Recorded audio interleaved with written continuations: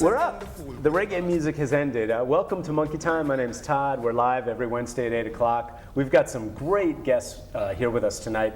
I'm very excited to have you all on. I really appreciate it. This is Megan and Barton Cutter.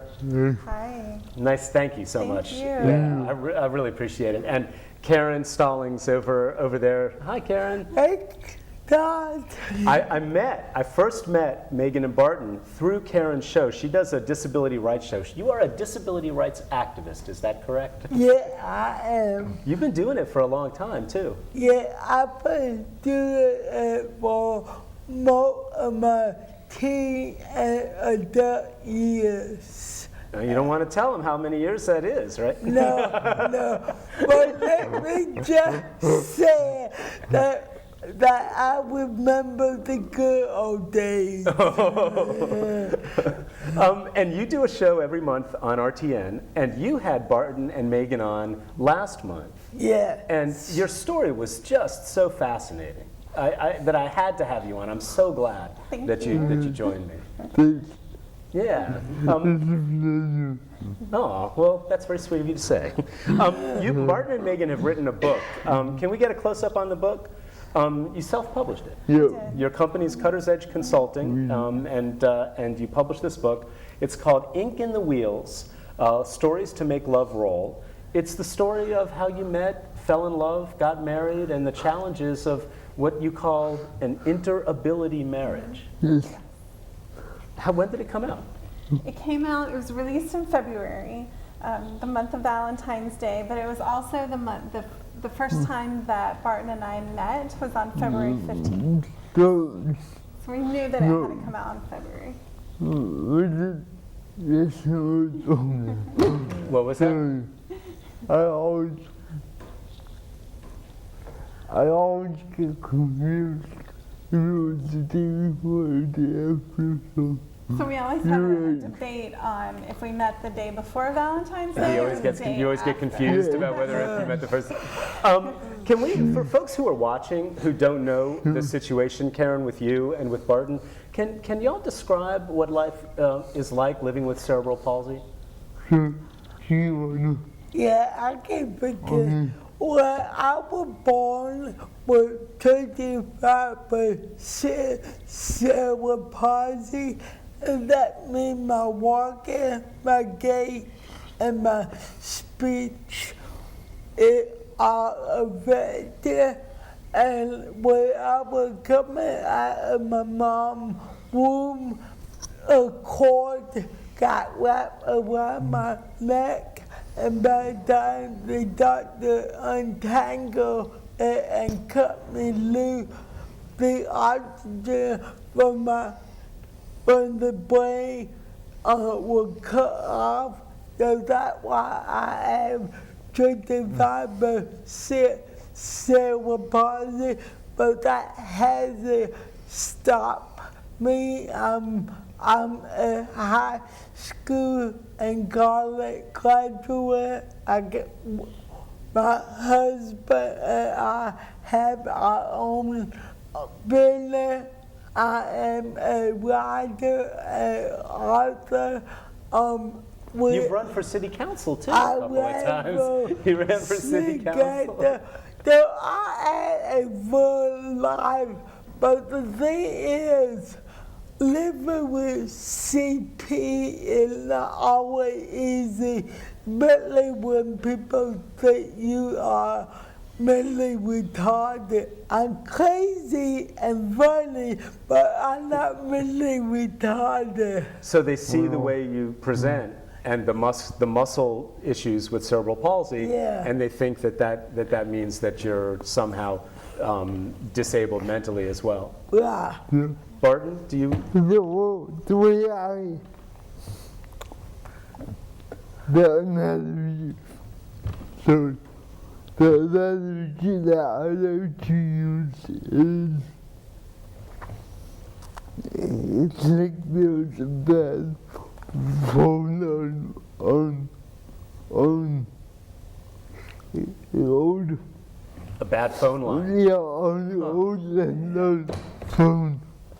Where the brain functions perfectly normal, normally, as does the muscles. However, the messages between the brain and the muscles. So the brain's functioning perfectly normally, but the messages between the brain and the muscles, that must be so frustrating. I don't want to dwell on the negative at all, but one of the things that's so amazing as I get to know folks with cerebral palsy is you're really funny. And Karen, you're a hoot, you know? You guys really are. And once I start being able to understand the way you speak, I can't help but think to myself, is that really frustrating to have people look at you and judge you that way? It can be if you allow it to be. If you allow it to be. Oh, yeah. My personal perspective that I've come to over a number of years is that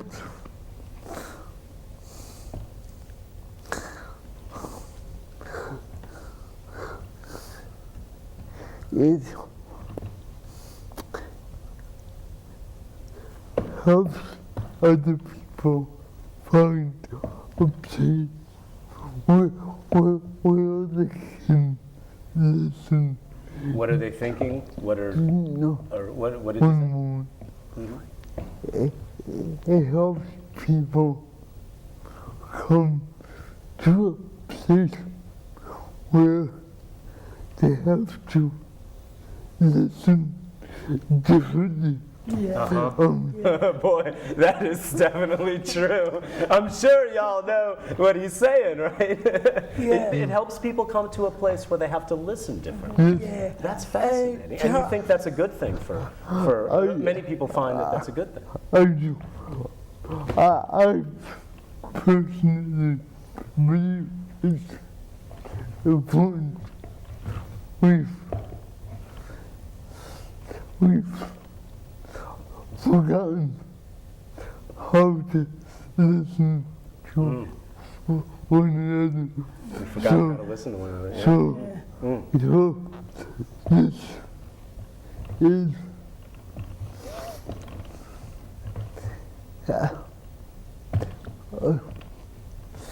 it has become a tool for me. It helps you become. It has become a tool. A tool. It's become a tool for you. Oh, wow, that's fascinating, Barton. Yeah, go ahead, Karen. I was going to say that when I meet new people or I'm in meetings and they hear me for the first time, I say, if you listen with your heart and not with your ears, you can understand me. And I have found people who can understand my speech from the beginning, and others have a lot of, they don't take the time to listen right away, and it's harder. But once they understand my speech, we can get along fine. And I have to jump in here too. Yeah, go ahead, Megan. You know, Barton and I have been married for almost 9 years. And Really? 9 yes, years? Wow. and so when we have a discussion where each of us are on our point of view, I can't understand Barton. Normally, I understand about 95% of Barton's accent and language pattern, but if we're having a discussion and I'm on my one-track mind, I won't understand Barton at all, because I am definitely into my own thing, so it teaches me a lot about slowing down and taking the time to listen. With your heart. Yeah. No. Wow. Yeah. Wow, that's really great. Well, we're talking with Karen Stallings, who's a local disability rights activist and our TN producer, and then Barton and Megan Cutter, a married couple in an interability marriage. That's the term, I suppose? It is. Yeah, okay. Who've written a book called Ink in the Wheels, Stories to Make Love Roll. And I read it and really liked it. You guys don't shy away from talking about sex. You don't shy away from talking about your fights. You don't shy away about talking about dark times, suicidal times. That scene with you with the knife in your throat is Barton. That's just, we'll talk about all that. But let's get some people up to speed. You're living with cerebral palsy. Here comes this woman you've never met before.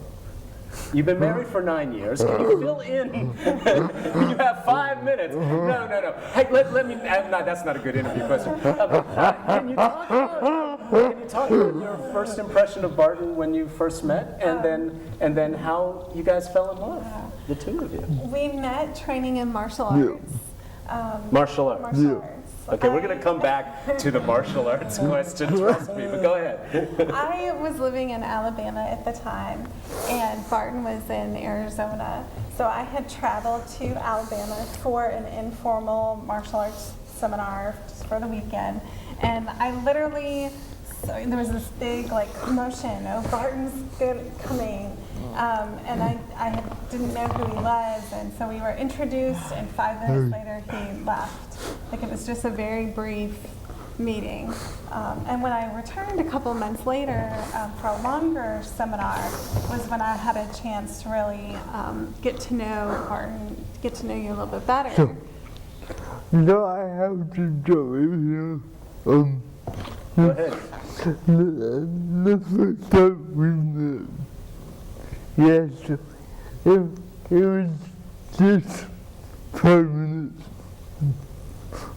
Oh, but I was so smitten. You were smitten right away. I took one look at her, and I was done. You were done. That's great. So how did the relationship grow? Well, in the beginning, I did have a friend call me out on some of my own assumptions about Barton because I was being a little condescending about what Barton couldn't do. So I was trying to, my voice was very patronizing. So I had a friend who called me out on that. You know that voice? You know that voice? What? You know that voice that just makes you want to vomit when you hear it?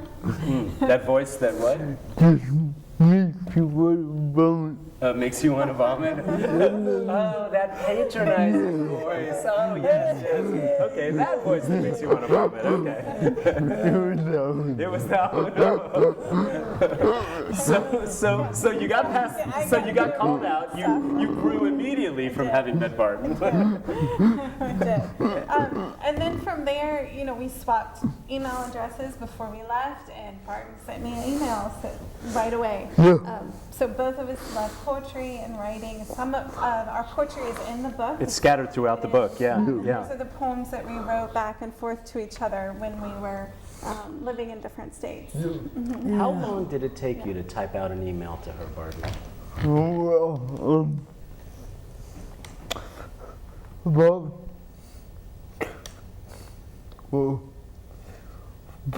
I average probably about 2 hours. On average, about 2 hours. Wow. Wow. And you had no idea that it took him this long to type an email. But I'm not.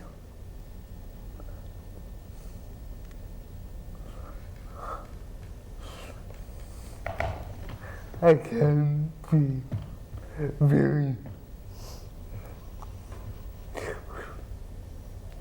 content when I write. However, these emails were not. Wait, what was that last part? These emails were not just I heard Yeah. but They were love notes. They were, yeah. So each day, it wasn't just hi, how are you? Okay. Yeah. So you were really writing long. And how do you type? I have a headphone pointer that I put on my head. It's like the inside part of a hard hat, and it has a stick thing that comes out and down.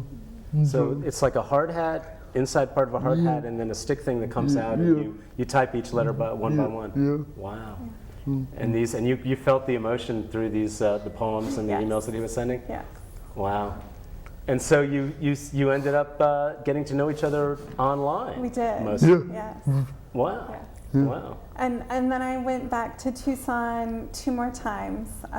That 4th time, the last time, was when we actually got engaged. So there were constant trips back out to Arizona. That's great. Well, there's so much to talk about. By the way, the phone number is up there if you have questions for Karen or Barton or Megan about living with cerebral palsy or about anything else related to they're wide-ranging, intelligent people, or about the book or whatever. Please feel free to call. But there are a lot of things. I'd love to talk a little bit about your family's reaction when you announced the wedding. The engagement came fairly quickly, and you didn't tell your folks.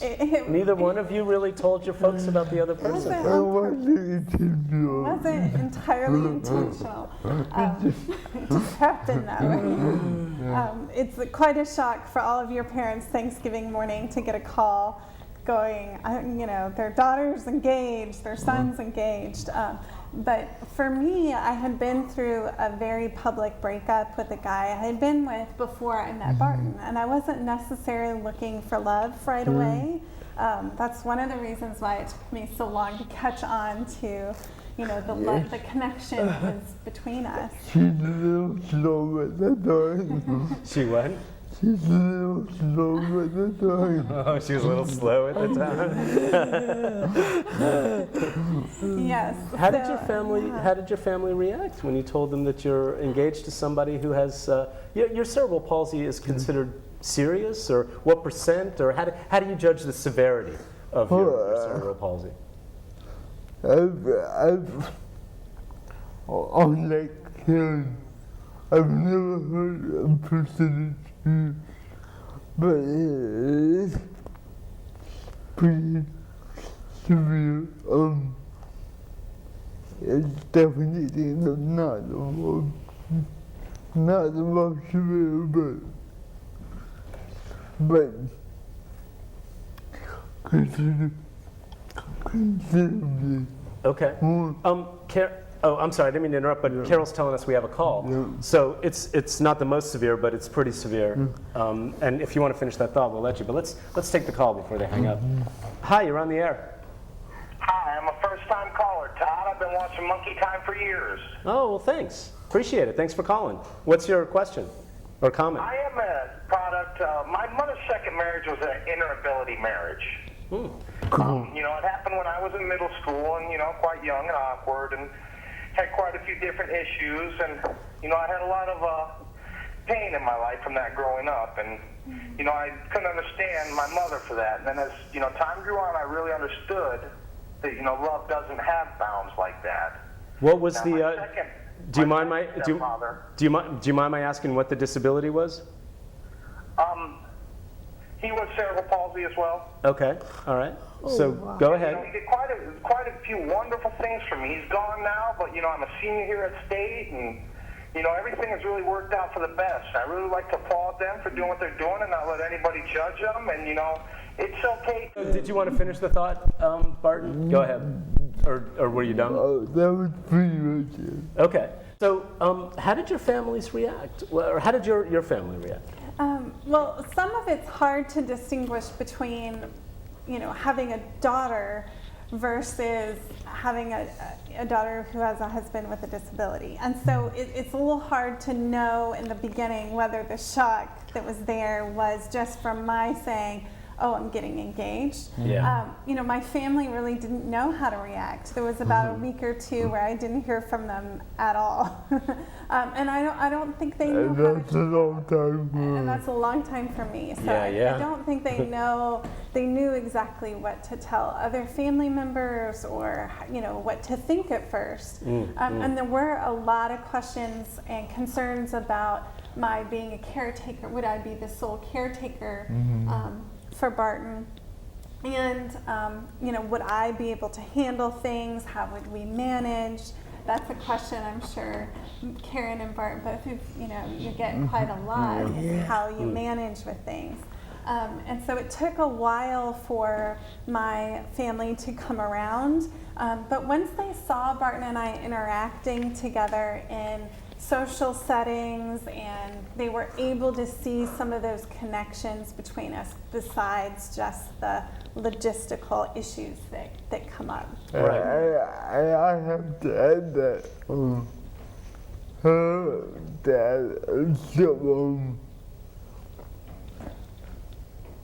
have completely transformed, and it's been incredible to watch their evolution throughout our relationship. Yeah, my dad's The evolution throughout your Yeah. You talk about your mother in the book, and the changes that she went through. Was that am I? I got a bit about my stepmom. Your stepmom, yeah. And she had a number of her own concerns. The biggest was that I would lose disability benefits once we got married. No. A lot of people see that as problematic. I take a different tact. I feel like that provided me with the motivation I needed to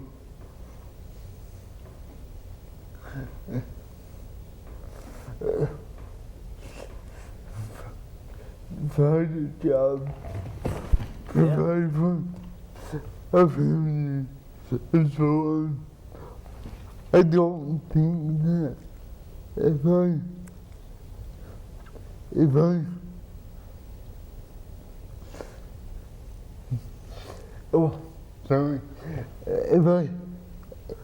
I hadn't been brave enough to let go of those benefits, then